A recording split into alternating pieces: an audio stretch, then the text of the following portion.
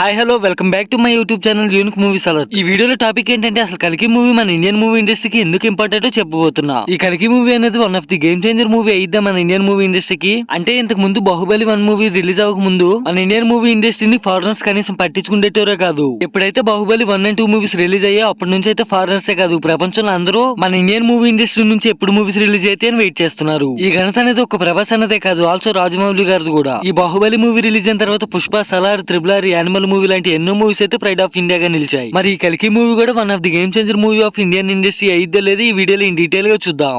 అద్భుతం. Video start చేయక ముందు నా ఛానల్ కి ఇంకా ఎవరైనా కొత్తగా వస్తే సబ్స్క్రైబ్ చేసుకుని బెల్ ఐకాన్ అయితే ఆన్ లో పెట్టుకోండి. ఇటువంటి మరిన్ని వీడియోస్ చేయడానికి అయితే మాకు కొంచెం మోటివేషన్ ఉండేది అనమాట.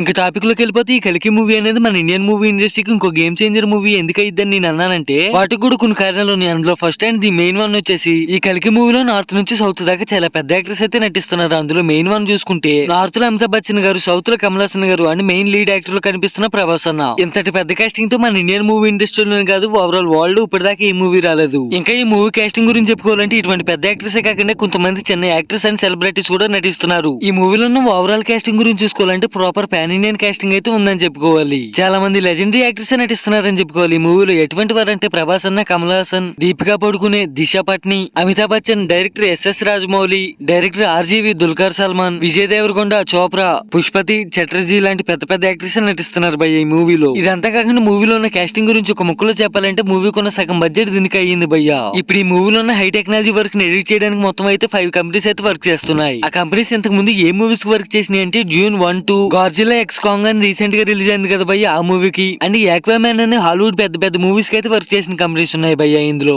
అండ్ అంతేకాకుండా ఈ మూవీలో వచ్చేసి Indian all time greatest set designers కూడా వర్క్ చేస్తున్నారు. వాళ్ళు ఎటువంటి వారు అంటే ఇంతకు ముందు ఇండియా నుంచి వచ్చిన పెద్ద మూవీ అని తొమ్మడి మూవీకి వర్క్ చేసిన వాళ్ళు భయ్య. అండ్ అంతేకాకుండా ఈ కల్కి మూవీ వచ్చేసి అయితే ఇండియా నుంచి వస్తున్న ఫస్ట్ మూవీ. అది దేంట్లో అంటే కామిక్ కాన్ లాంటి పెద్ద బ్యానర్స్ లో కలబరేషన్ అయిన విషయంలో. ఇప్పుడు ఈ మూవీని డైరెక్ట్ చేస్తున్న డైరెక్టర్ నాగశ్విన్ గురించి చూసుకోవాలంటే డైరెక్టర్ నాగశ్విన్ వచ్చేసి అయితే ఈ మూవీ మీద 2017 నుంచి అయితే ఫోకస్ చేస్తున్నాడంట. అండ్ రీసెంట్ గా జరిగిన ఒక ఇంటర్వ్యూలో చెప్పింది ఏంటంటే ఈ మూవీకి పెట్టిన సెకండ్ టైమ్ లో వచ్చేసి పెద్ద పెద్ద యాక్టర్స్ ని కలిసి స్టోరీ చెప్పడానికి వేస్ట్ అయిపోయిందని అన్నారు. మరి ఎంతమంది ఇంత కష్టపడి ఇన్ని ఎఫర్ట్స్ పెట్టి తీస్తున్న ఈ మూవీకి మెయిన్ కంటెంట్ ఏంటంటే మనం ఇప్పుడు జీవిస్తున్న ఈ ప్రపంచం వచ్చేసి ఇంతకు ముందు ఎంత ప్రశాంతంగా ఉండేది అండ్ ఎటువంటి ఇబ్బందులు సమస్యలు లేకుండా జీవిస్తున్న రోజుల దగ్గర మొదలు పెట్టి మూవీ అనేది ఎండ్ ఆఫ్ ది టైం కి వచ్చేసేసరికి అన్యాయం అనేది పెరిగిపోయిన లోకంలో ఇప్పటి ప్రపంచం అనేది ఎలా ఉండబోతుందో చూపిస్తాడు. అండ్ అంతేకాకుండా మన హిందూస్ పురాణాల ప్రకారం అయితే ప్రపంచం ఎండ్ అయ్యే టైం కి అన్యాయాలు పెరిగిపోవడం వల్ల దాన్ని కంట్రోల్ చేయడానికి అయితే లార్డ్ విష్ణు వచ్చేసి కలికి అవతారం ఎత్తుతాడని మన అందరికీ తెలిసిందే. సో ఈ మూవీ యొక్క మెయిన్ కంటెంట్ మొత్తం దాని మీద ఉండిద్దని బయట రూమర్స్ అయితే ఉన్నాయి భయ్య.